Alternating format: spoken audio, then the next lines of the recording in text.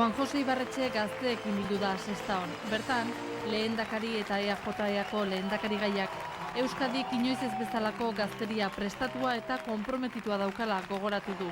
Eta gazteei esan die, bi aukera bakarrik daudela maiatzaren 13an. Alde batetik, ideien pluraltasuna, pentsatzeko askatasuna, gure etorkizuna erabakitzeko eskubidea, defendatzen dugunon aukera, hau da PNV eta EAK aurkezten duten abertzaletasun demokratikoaren aukera, hau da bai dioen aukera, edo bestela, pentsakera bakarraren eredua inposatu nahi digutenena. Azken 20 urteotan Euskadiren historia abertzaleek idatzi dutela adierazi du, eta hemendik aurrera ere horrelaxe izango omen da. Nola? Aurrekuntzarako proiektu bati baietza emanez.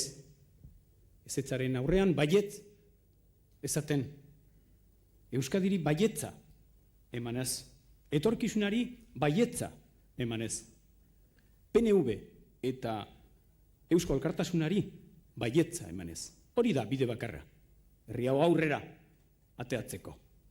Koalizio abertzaleko lehendakari gaiak euskal gazteria defendatu du. Esanez, munduan zehar sarritan zabaltzen den irudi iluna ez dela benetakoa.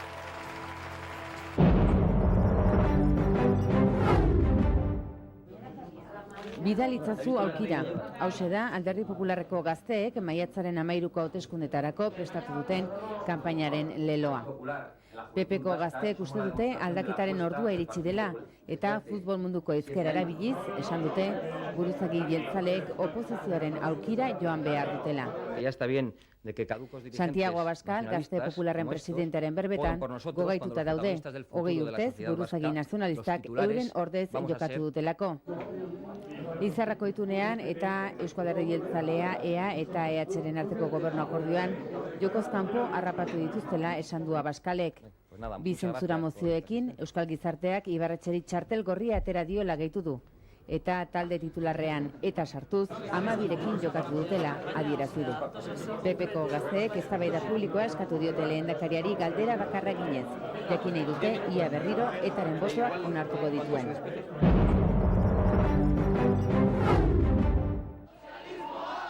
Maiatzaren bateko mobilizazioetan Euskal Herritarrok taldeak burujabetza aldarrikatu du, arlo ekonomikoan ere Euskal Demokrazia eraikitzeko. Euskal esparru sozioekonomikoa antolatu behar dela esan du Arnaldo Otegik, eta Euskal Herritarrok dela Euskal Sozialismoa. Gu gara gorriak esan du Gipuzkoako zerrendaburuak, eta gizartea beste era batera antolatzeko mezu itxaropentsua egin die langilei.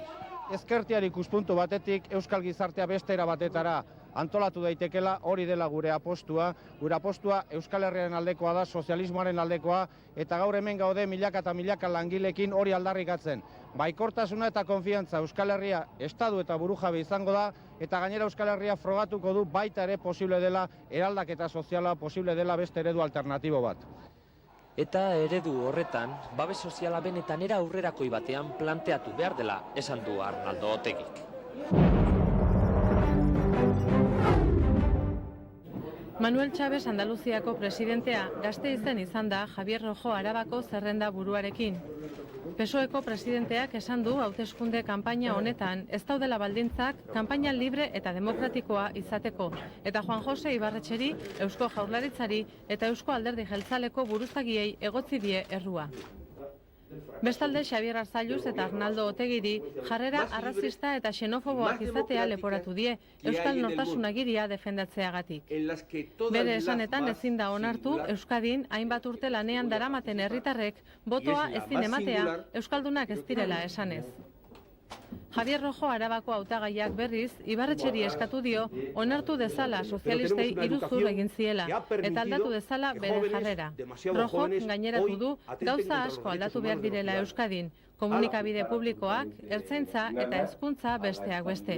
Rojok uste du hezkuntza sistemak ekarri duela Euskadin gazte askok giza eskubideak zapuztea.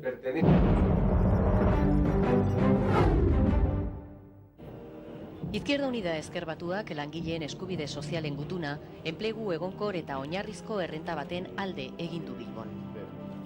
Eskubidedun eta enplegu egonkorra defendatzen dugun partez, ulertzen dugu legitimitatea dugula eta guk bakarri dugula legitimitatea langileen eta sindikalisten bozka eskatzeko, ez? Zentzorretan, Ezker Batuak bakarrik gogoratu nahi du bera bakarri gelditu zala parlamentuan 70.000 sinadurez eta sindikatu guztien aldekotasunarekin kontatzen zuen eskubide sozialen gutun hori defendatuz, ILP-ura defendatuz.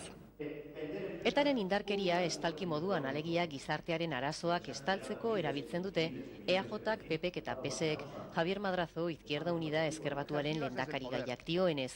Langabezia, lan ezegonkortasuna eta gizarte bazterketa boteretik egindako indarkeria da Madrazoren hitzetan. Sozialista eta popularren arteko itunak langabezia eta gizarte bazterketa baino ez du ekarriko iuren ustez.